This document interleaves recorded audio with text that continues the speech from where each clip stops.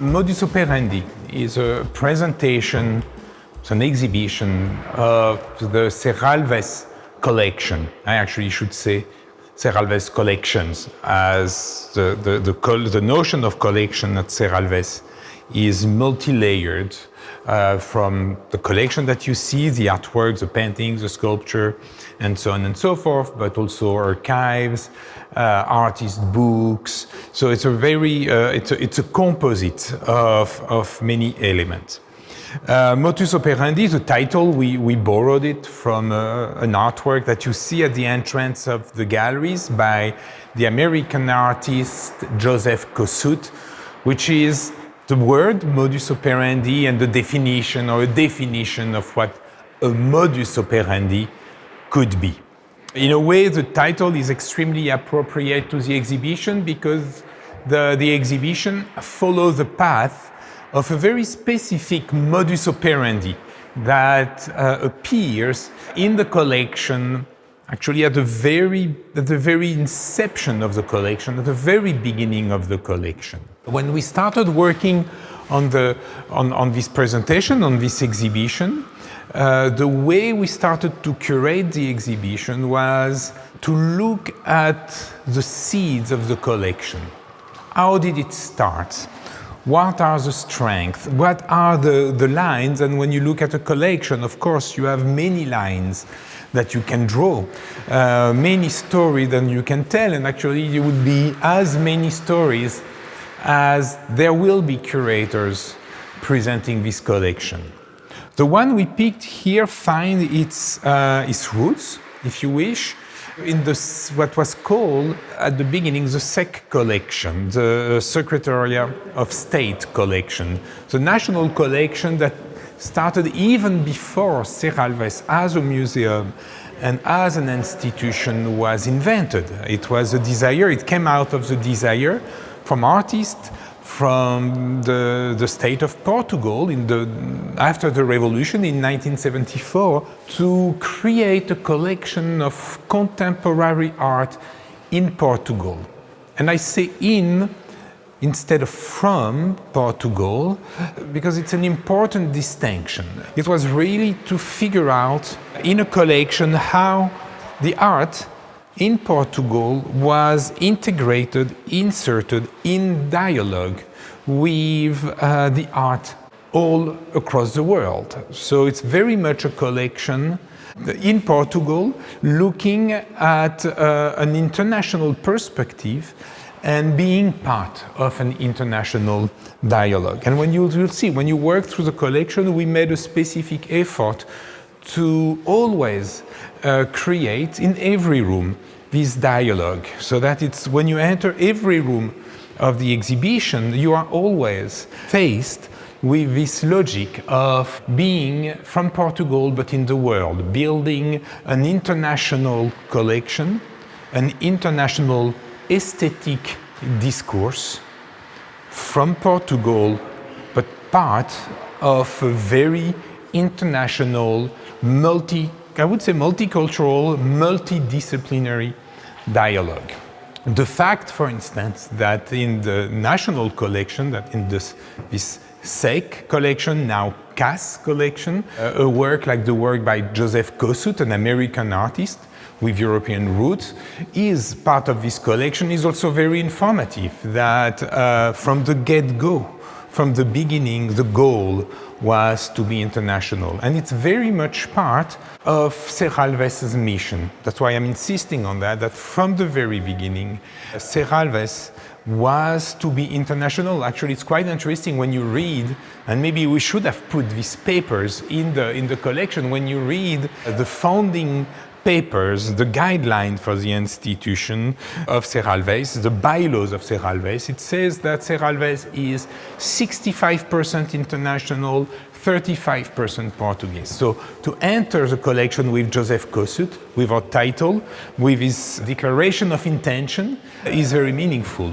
The room we are in right now goes in this direction and shows how open from the very beginning this collection was. We noticed as we explored the collection that part of this SEC collection, this CAS collection, this national collection, was a portfolio of print, all dedicated to one artist, to the German artist Joseph Beuys. Joseph Beuys is a revolutionary artist.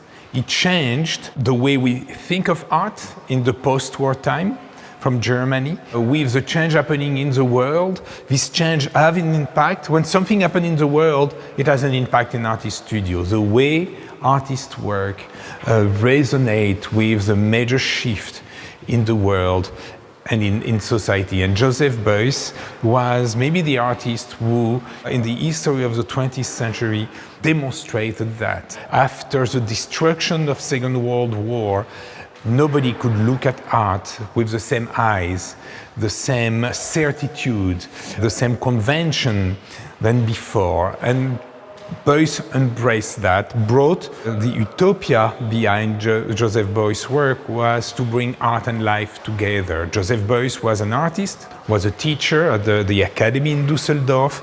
He was also a politician and an activist. He was one of the founders of the Green Party in Germany. And his idea was really to think of art as he named it, social sculpture. Sculpture, art that can actually affect the world, change the world, have an impact on the world. You actually have a portrait of Beuys here.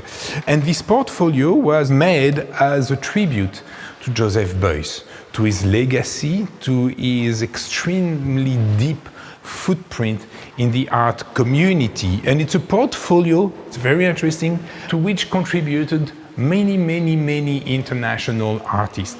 And I found it very interesting that it is in this very early stage of Serralves' collection, somehow it set the tone. It set the tone both in terms of the geographical footprint of the collection, but it set the tone about the ethos, about the mission, about the vision behind the collection. If the seed of this collection is a tribute to Joseph Beuys, it means that the way Serralves has been collecting from the very beginning and the way Serralves has been working from the very beginning is to be across the discipline, knowing that Beuys really privileged working between the disciplines, sculpture, performances, installation, engraving, multiple. You have a vitrine here with actually multiple and editions that Beuys was doing. Actually, you see here, there is these little postcards that are sculpture that Beuys would send around. In this one is made of this iconic material that he used, the felt, but you also see a record, you also see tapes. Beuys was singing, was recording, he actually had a rock band. So it shows the diversity of his work as reflected also in the work that all these artists from A.R. Pank, George Baslitz, Francesco Clemente, Giuliano Sarmento, Joseph Beuys, Donald Judd, Cindy Sherman, Robert Mapplethorpe, Christo, Tony Cragg, all these artists gather together and pay tribute to an artist. So from this point of view, actually the exercise would be funny. That would make the exhibition absolutely impossible to visit, to take a little bit of wool thread, connect it to this room, like attach it to this room, and then connect it to every single work in the exhibition to show that there is a direct connection to the work. And you will see at the end of this exhibition, we have a piece by an artist named Jan Vo called We the People, which is really a piece that is a contemplation of where is democracy today. So from this legacy, this Joseph Beuys legacy, to the last room of the exhibition, we can build many narratives, many art stories. And we can start actually right now in this first room outside of this cabinet de curiosité dedicated to Beuys, to look at what actually was happening in the late 60s in the Portuguese art scene when it comes to painting.